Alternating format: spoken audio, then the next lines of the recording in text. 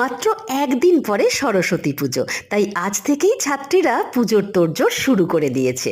তাদের ক্লাসরুম ঝাড় দেওয়া, মোছা, সব কিছুতে সবাই মিলে ঝাঁপিয়ে পড়ছে। আজকে যেন কাজ নিয়ে টানাটানি। বাড়ি থেকে নানা রকমের হাতের কাজ তারা বানিয়ে এনেছে। এখানে বসেও অনেকে এখনও কাগজের নানান কিছু বানাচ্ছে, আঁকছে, নিজের স্কুল এবং ক্লাসরুমটি সুন্দর করে সাজিয়ে তোলার জন্য। স্কুলে এটাই তো সব থেকে বড় উৎসব, তাই মেয়েরা একেবারে মহোৎসবে মেতে উঠেছে। এদিকে চলছে আলপনা, আর এখানে হচ্ছে রঙ্গোলি। মেয়েরা বেঞ্চ পেতে মাঠে বসে সব কিছু দেখছে আর খুব আনন্দ করছে, যেন পুজো শুরু হয়ে গেছে আমাদের।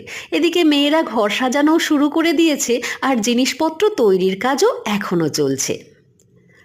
এদিকে আলপনাও শেষ হয়ে এসেছে।